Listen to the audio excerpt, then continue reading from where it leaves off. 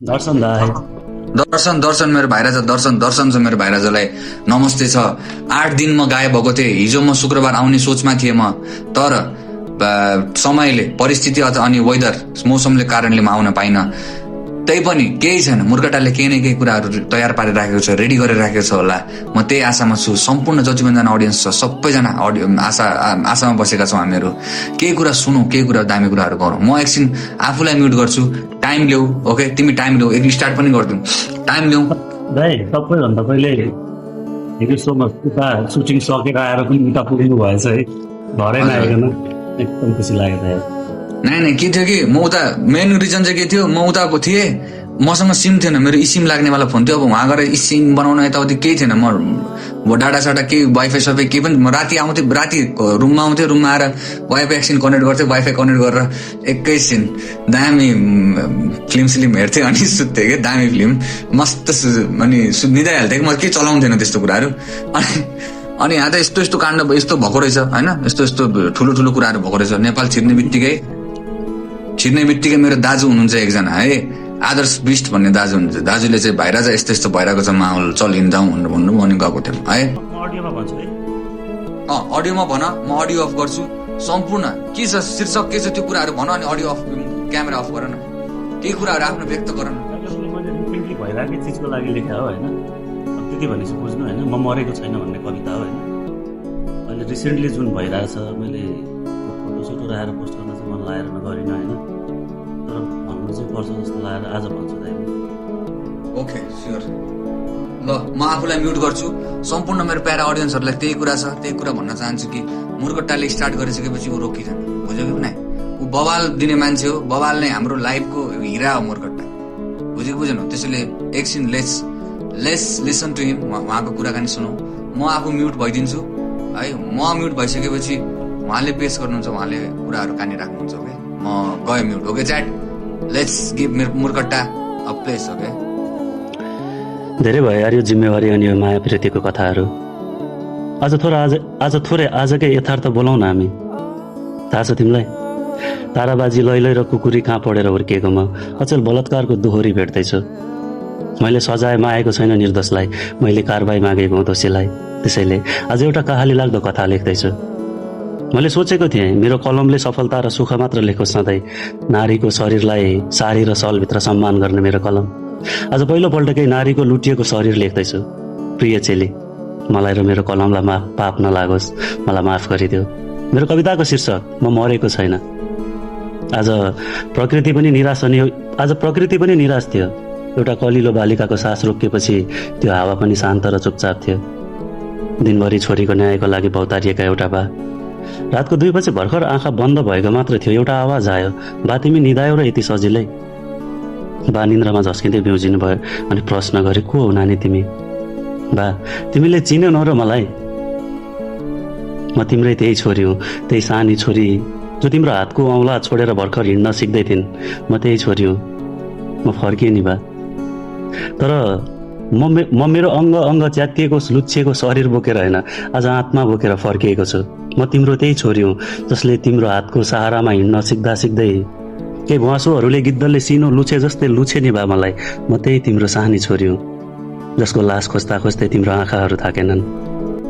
बाको आँखाभरि फेरि एकपल्ट त्यो आँसुहरूले छताछुल्ल भए, तर छोरीको आवाज रोकिएन। बा हेर न, मलाई यो संसारले चिनेर आज कि मैले यो संसारमा आफैलाई चिनाउन यही उमेरमा आफ्नै शरीर लुटाउनु पर्ने थियो र बा? कपडा च्यातिएपछि फेरि च्यातिएको मेरो कलिलो शरीरका हरेक अङ्गहरूले न्याय माग्दैछन् आज। साँच्चै बा, मलाई संसारले चिन्यो रे। मेरो तस्बिर सामाजिक सञ्जालमा राख्यो रे, मेरो लागि हजारौं शब्दहरू लेख्यो रे, मेरो लागि नारा लगाइयो रे। पाके मैले न्याय पाउँछु कि पाउँदिनँ अब? मलाई त्यो सुन्दर र सुकिलो देख्ने तस्बिर सामाजिक सञ्जालमा चाहिएकै छैन बा। मलाई मेरो अङ्ग च्यातिएका ती पीडा र यातनाको हिसाब चाहिएको छ। के मैले न्याय पाउँछु र बा? दाइ सुन न, तिम्रो बहिनीलाई कसैले जिस्काउँदा पनि पिट्न जाने तिमी, आज तिम्रो बहिनी जस्तै अर्को एउटा चेलीको इज्जत लुटिँदा तिमी चुपचाप त छैनौ नि? तिम्रो मन रोएको छ कि नै? कि म तिम्रो बहिनी होइन र? मेरो शरीरको अङ्ग तिम्रो बहिनीको अङ्ग जस्तै होइन र? कि आज मेरो तस्बिरमा हार्दिक श्रद्धाञ्जली लेखेर चित्त बुझाए जस्तै भोलि तिम्रो बहिनी माथि पर्यो भने त्यही हार्दिक श्रद्धाञ्जलीमै चित्त बुझाउन सक्छौ र त्यसैले मेरो प्रिय समाज, मलाई थाहा छ म फर्किदिनँ अब, तर चाहन्न म जस्तै अर्को दिदी बहिनी लुट्युन् अब। प्रिय समाज, मैले बदलाको आगो चाहेको होइन, वर्षौँदेखि यहाँ हरेक नारीको शरीरले न्याय मागेको त्यो न्याय चाहेको हो। त्यसैले म चाहन्न कि मेरो शरीर लुच्ने त्यो ब्वाँसोहरू फेरि खुल्ला घुमुन् यो समाजमा। आमाले छोरी घर बाहिर जाँदा चिन्ता गर्नु नपरोस्, बाले छोरी जन्मिँदा घरमा मुटु कमाउनु नपरोस्। मेरो प्रिय सरकार, तिमी र म उस्तै छौँ। म पनि भर्खर पाइला चाल्न सिक्दै गरेको कलिलो कोपिला थिएँ। तिम्रो पाइलाहरूको पनि भर्खर सुरुवात हुँदैछ। तर अब पनि त्यो ब्वाँसोहरूलाई सजाय मिल्दैन र समाजमा खुल्ला घुम्छन् भने फेरि भोलि कैयौँ गरिमाहरू नाङ्गिन सक्छन्। कैयौँ गरिमाहरू तडपिएर मर्न सक्छन्। कतै खोलाको किनारमा, कतै जङ्गलको बीचमा फेरि पनि निर्मला र गरिमा नाङ्गिएकै भेटिन सक्छन्। म केही भन्न चाहन्छु प्रिय सरकार तिमीलाई। म नाङ्गिएर मरेको होइन, मलाई नङ्ग्याएर मारिएको हो। मैले त न जीवन देखेको थिएँ, न मृत्युको अर्थ थाहा थियो, मलाई त मारेर फालिएको थियो। त्यसैले प्रिय सरकार, सायद तिमीले पनि देख्यौ होला मेरो तस्बिर, महसुस गर्यो होला मेरो पीडा, चल्यो होला संसद भवनमा चर्चा। मलाई बहस र चर्चा चाहिएकै होइन। मेरो तस्बिर सेयर नगरे पनि हुन्छ, तर बिन्ती मेरो पीडाको एक हिसाब मलाई देऊ। मेरो नाममा भिडियो बनाएर हाल्नै पर्दैन, तर त्यो नर पिचासहरूलाई घाँटीमा लाउने कुनै पासो बनाइदेऊ। मलाई 2 दिनको सहानुभूति होइन, जीवनभरिको सुरक्षा चाहिएको थियो।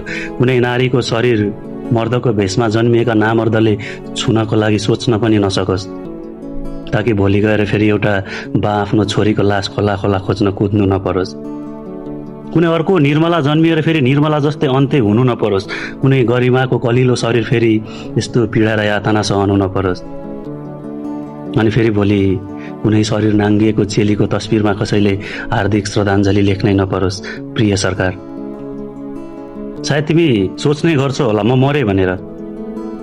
प्रिय सरकार, सायद तिमी सोच्नै गर्छौ होला म मरे भनेर, तर म मरेकै छैन। एकपल्ट आफ्नो छोरीको आँखामा निहाल, म तिम्रो छोरीको आँखामा डर बनेर बाँचेकी छु। त्यो प्रत्येक आमाको चिन्तामा निहाल, म त्यो चिन्तामा बाँचेकी छु। त्यो प्रत्येक बाको काँपिरहेको मुटुमा बाँचेकी छु। भन न सरकार, के म तिम्रो आँसुमा बाँचेको छैन र? मेरो तस्बिर हेरेर, मेरो कथा सुनेर तिम्रो आँखामा जुन आँसुको थोपाहरू अडिन्छन् नि, हो म त्यही आँसुमा बाँचेकी छु। म मरेकै छैन। म माग्दिनँ आज पनि केही, केवल मलाई न्याय देऊ। बिस्तारो बन्छ देश, विश्वास गरेका छन् सबैले तिमीलाई। पहिले बनाउनु पर्ने कानुन बनाइदेऊ। बरु अझै अर्को 10 वर्ष मेरो दाजुभाइ परदेशमै पसिना बगाउँछन्, तर नारीलाई सुरक्षा र इज्जत मिल्ने एउटा देश बनाइदेऊ। कर्म अनुसारको फल मिल्न जरुरी छ। त्यसैले पर्दैन अरू केही, तर अर्को गरिमा र निर्मला फेरि लुटिनु नपर्ने देश बनाइदेऊ। साँच्चै सरकार, तिमीले यति गरेनौ भने नि, नत्र अर्को आमा आत्तिन्छन् घरमा जन्मिँदा एउटी छोरी। रोकिने छैन बलात्कारको यो खेल फोहोरी। त्यसैले बिन्ती गर्दैछ आज तिमीलाई एउटा मरेको आत्माले, बलात्कारीको घाँटीसम्म पुग्ने बनाइदेऊ एउटा डोरी। नसम्झ म मरेकी छु, नसम्झ म मरेकी छु, सम्झ म मारिएकी हुँ। नसम्झ म दोष तिमीलाई लगाउन आएकी हुँ, सम्झ म आउने दिनमा अरू गरिमालाई बचाउन आएकी हुँ। अपराधीलाई उमेरले नबचाओस्। म जस्तै भर्खर 3 वर्षमा फुल्दै गरेकी त्यो सानो कोपिलालाई, जसको शरीरको अङ्ग पनि फुलेको छैन, त्यही शरीर लुच्ने त्यो ब्वाँसो र नर पिचासहरूलाई फेरि खुल्ला नछोडियोस्। हेर न, किन फेरि थाहा हुँदैन, किन लुकाइन्छ उमेरकै आडमा उनीहरूलाई। प्रिय सरकार, मैले आज पनि मागेकै छैन तिमीसँग केही, न्याय देऊ मलाई। प्रिय सरकार, मैले आज पनि मागेकै छैन केही, तिमीसँग न्याय देऊ मलाई। धन्यवाद दाइ।